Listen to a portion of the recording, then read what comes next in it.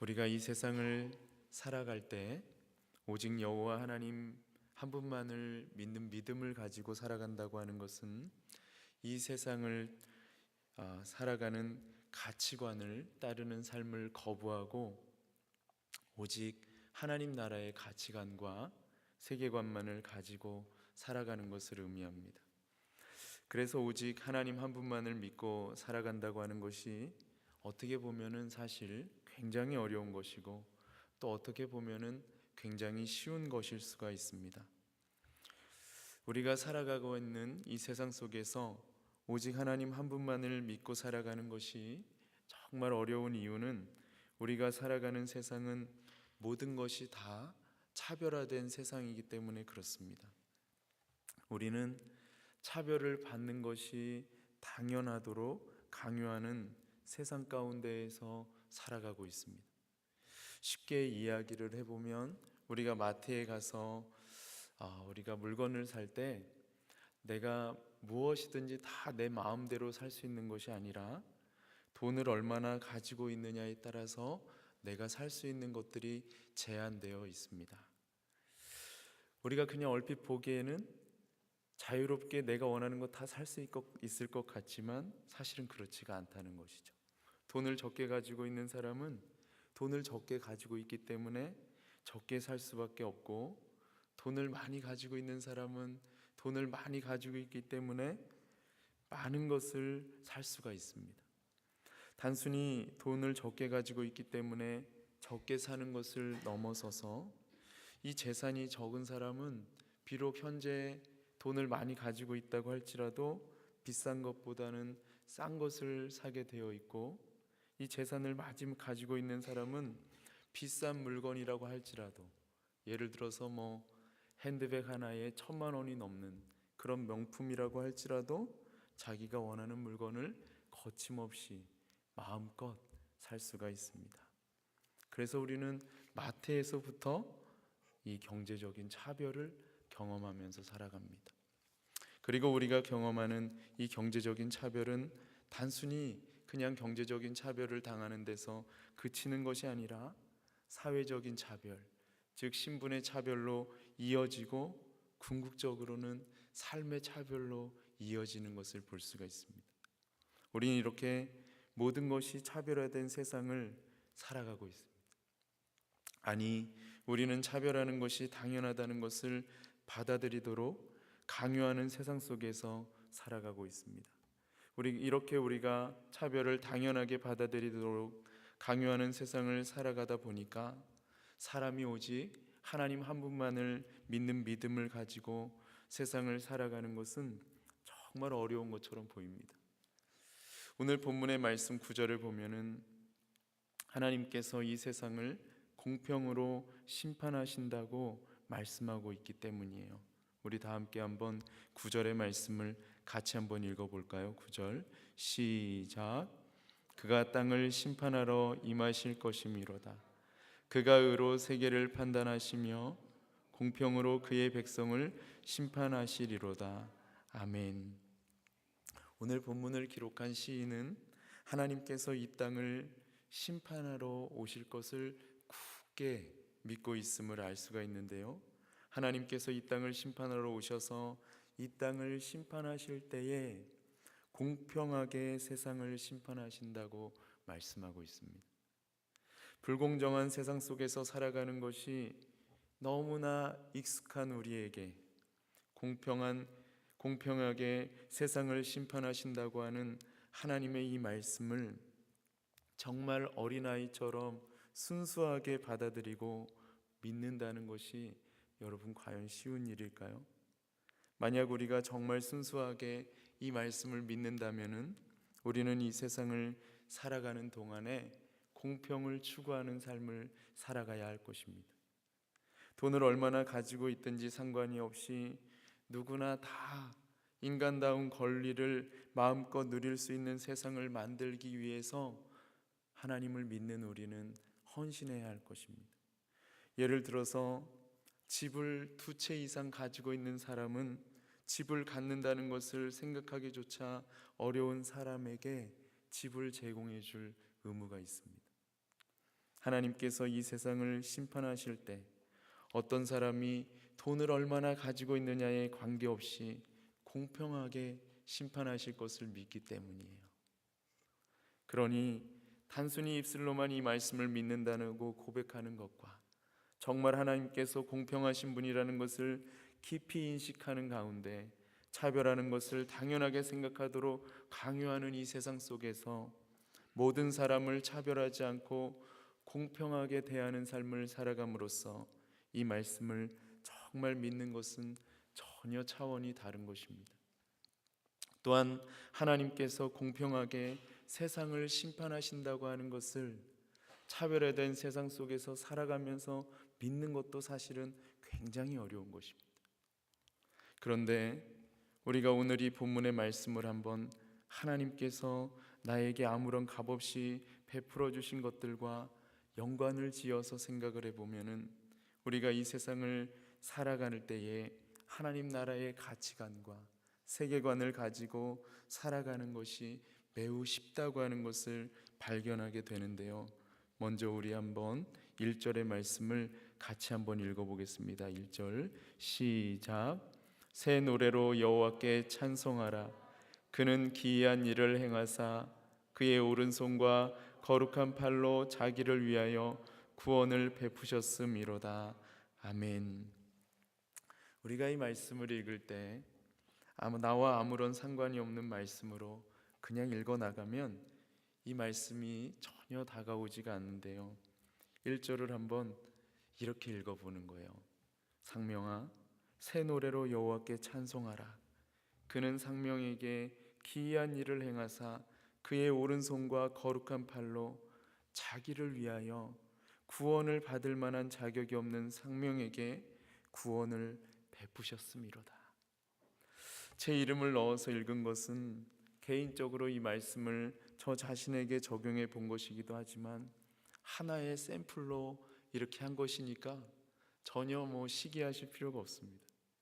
셈이 나시면은 여러분도 여러분의 이름을 넣어서 한번 1절을 읽어보십시오. 그러면 하나님께서 얼마나 나를 무차별적으로 사랑하시는지를 깨닫게 될 것입니다. 2절도 이렇게 읽어보는 것입니다. 여호와께서 구원을 받을 만한 자격이 전혀 없는 상명에게 그의 구원을 알게 하시며 그의 공의를 문 나라의 목전에서 구원을 받을 만한 자격이 전혀 없는 상명에게 명백히 나타내셨도다. 아멘. 여러분, 3절은 이렇게 읽는 거예요.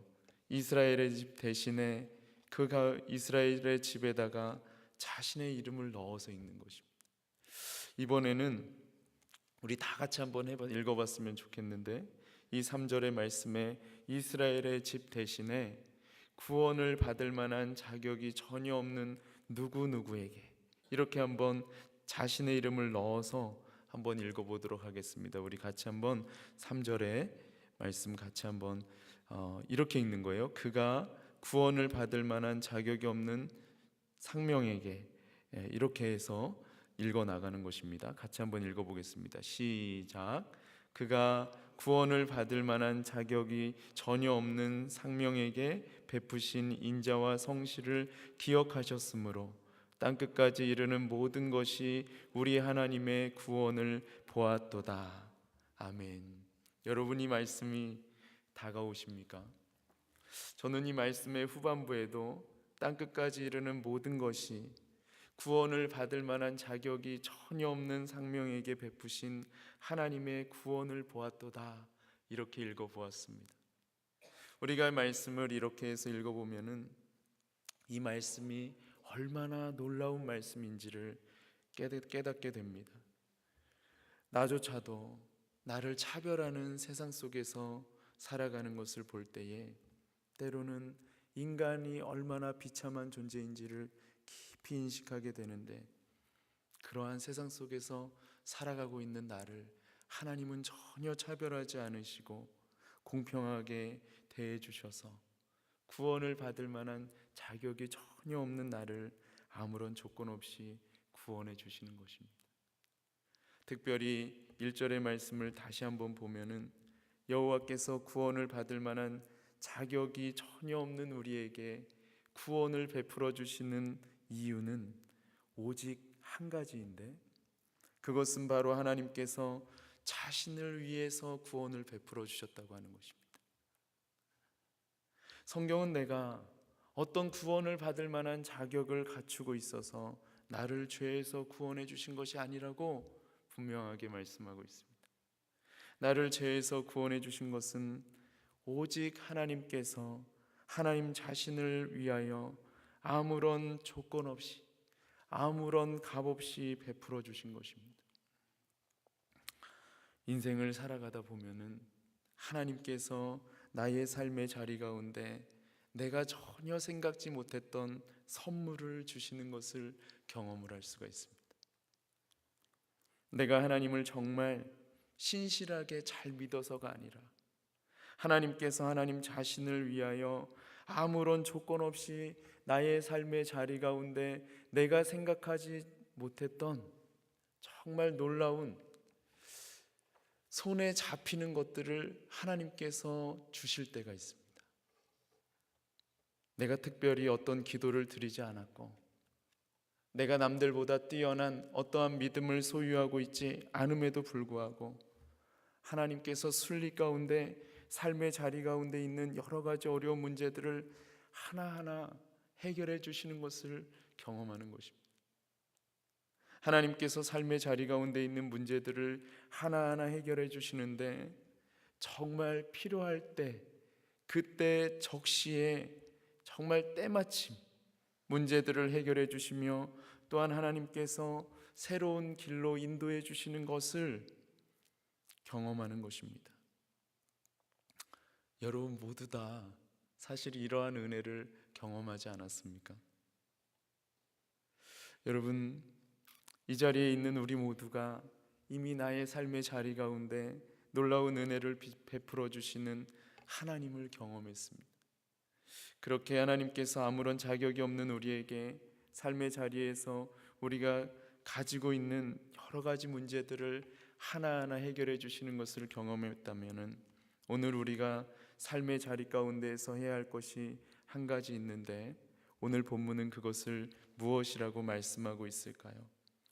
1절을 보시면 새 노래로 여호와께 찬송하라고 말씀하고 있습니다. 4절부터 8절은 하나님께서 베풀어 주시는 이 놀라운 은혜를 경험한 자에게 즐거운 마음으로 여호와를 찬송하라고 선포하고 있습니다.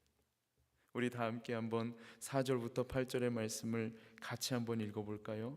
4절부터 8절 시작. 온 땅이여 여호와께 즐거이 소리칠지어다. 소리내어 즐겁게 노래하며 찬송할지어다. 수금으로 여호와를 노래하라. 수금과 음성으로 노래할지어다. 나팔과 호각 소리로 왕이신 여호와 앞에 즐겁게 소리칠지어다. 바다와 거기 충만한 것과 세계와 그 중에 거주하는 자는 다 외칠지어다. 여호와 앞에서 큰 물은 박수할지어다. 산악이 함께 즐겁게 노래할지어다. 아멘. 저는 오늘 이 새벽에 우리 각자가 하나님께서 오늘 나의 삶의 자리 가운데 베풀어 주신 놀라운 구원의 은혜들을 깊이 묵상하는 가운데 정말 새로운 마음으로, 정말 기쁘고 즐거운 마음으로 하나님을 찬양하며 기도의 자리로 나아가기를 원합니다. 그리고 이 자리에 있는 우리 모두가 정말 신실한 삶을 살아가기를 소망합니다. 우리 다 함께 기도드리겠습니다. 살아계신 하나님 아버지, 주님께서 오늘 우리의 삶의 자리 가운데 베풀어 주신 그 놀라운 구원의 은혜들을 하나하나 깊이 묵상하고 살펴보기를 원합니다. 그 가운데 우리의 마음이 새롭게 되어 정말 기쁘고 즐거운 마음으로 하나님 앞에 나아가 기도하기를 소망하오니, 주께서 우리의 마음 가운데 함께하여 주시옵소서. 또한 오늘 하루의 삶을 주님께 온전히 의탁하오니 주께서 인도하여 주시고 은혜를 베풀어 주심으로 말미암아 승리하며 살아가게 하여 주시옵소서. 예수님의 이름으로 기도 올리옵나이다. 아멘.